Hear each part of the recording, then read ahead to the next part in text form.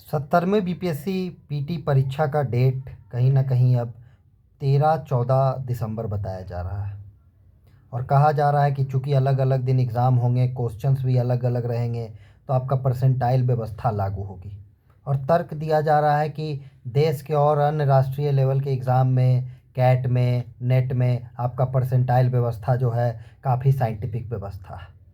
बात तो सही है, व्यवस्था तो काफ़ी साइंटिफिक है, लेकिन व्यवस्थापक जो हैं, जो व्यवस्था बनाने वाले हैं, उनका क्या ट्रैक रिकॉर्ड रहा है ये भी देखने की ज़रूरत है।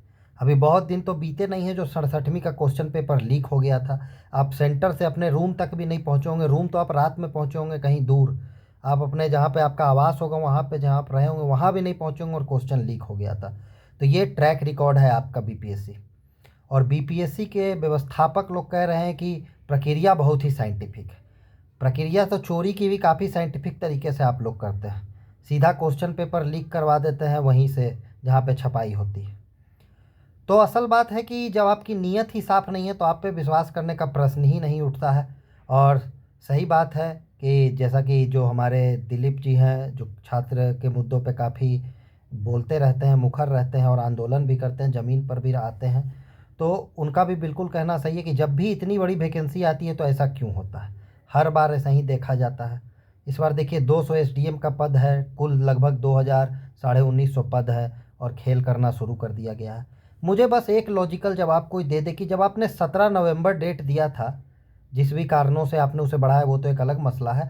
17 नवंबर जब आपने डेट दिया था तो उस डेट में आप एक दिन में कैसे परीक्षा ले लेते? उस वक्त तो आपने दो डेट नहीं दिया था। तो फिर ये डेट 13, 14, 15 दिसंबर या कभी भी एक डेट में क्यों नहीं हो सकता है? इसका कोई जवाब मुझे नहीं लगता है कि आयोग के पास होगा कि 17 नवंबर को एक दिन और अगले महीने 2 दिन। ये तो कोई मानने वाली बात नहीं है। एक तरफ आप एजुकेशन में बजट बनाते हैं 58,000 60,000 करोड़ का, और जिले में आपके पास एग्ज़ाम लेने के लिए सुविधाएं नहीं हैं। अब एक कुतर्क है कि बाढ़ आ गया, ठीक है कोई बात नहीं, हम लोग बाढ़ के सूखने का इंतज़ार कर लेंगे, लेकिन एग्ज़ाम तो एक ही दिन होना चाहिए। बाढ़ क्या पूरे जिला हेडक्वार्टर में आ गया है? मैंने तो नहीं देखा कि किसी डीएम का घर डूब गया या किसी एसपी का घर डूब गया या किसी बीडीओ का घर डूब गया। अरे डूबा तो गांव होगा ना, तो गांव में तो आप अंदर अंदर सेंटर देते नहीं है, जिला मुख्यालय के आसपास सेंटर होता है या थोड़ा बहुत इधर उधर। जिस गांव में बाढ़ आया वहाँ सेंटर मत दीजिएगा, उसके हाई स्कूल में, और क्या कर लीजिएगा। पता नहीं हाई स्कूल होगा भी कि नहीं होगा, वो तो एक अलग बात है, अगर होगा तो वहाँ मत दीजिएगा। दूसरी बात, और उसके बाद है कि आप ये डबल ये जो साइन ये क्या बोल रहा है परसेंटाइल है, और अलग अलग क्वेश्चन पे आप कैसे जज कर सकते हैं सिविल सर्विसेज में? आपका जो नेट का है, या नेट क्या है, नेट है कि 6% लोगों को वो सर्टिफिकेट देता है, उसके बाद आगे एग्ज़ाम होता है, वैकेंसी आती है, अलग चीज़ है। यहाँ तो आप डायरेक्ट रिक्रूट कर रहे हैं ना। आप मान लीजिए एक सेट भी अगर लीक हो गया, ये तो लीक करने में और आसानी होगी अलग अलग क्वेश्चन सेट में। ये तो और ज़्यादा लीक करने में आसानी होगी कि आप एक सेट जिसे सेटिंग है उसको एक तरफ रोल नंबर कर दीजिए, सब आप ही को करना है, और वो सेट को लीक करवा दीजिए। इसमें तो कोई बात ही नहीं है। ये तो साइंटिफिक तरीका हो जाएगा चोरी करने का। ये रिजल्ट का साइंटिफिक तरीका थोड़ा ही होगा।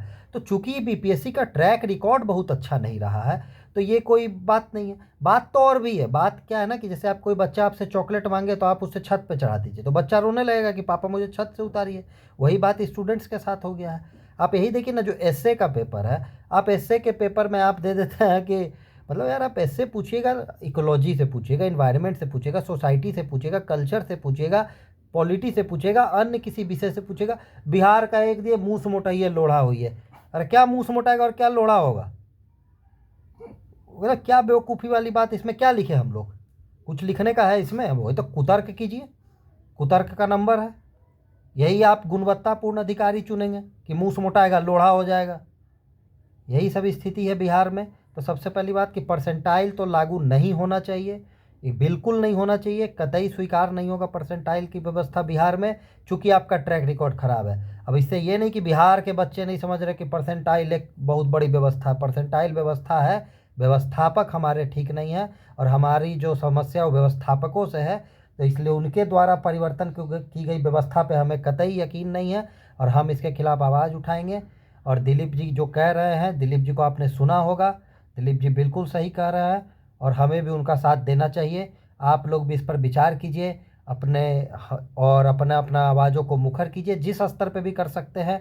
एक छोटा सा वीडियो बना के डाल सकते हैं तो वही डालिए, मगर सरकार को, संस्था को ये संदेश देना चाहिए कि बच्चों को बस ऐसे सीट कुत्ते की तरह रोटी फेंक करके आप ऐसे उलझा नहीं सकते हैं।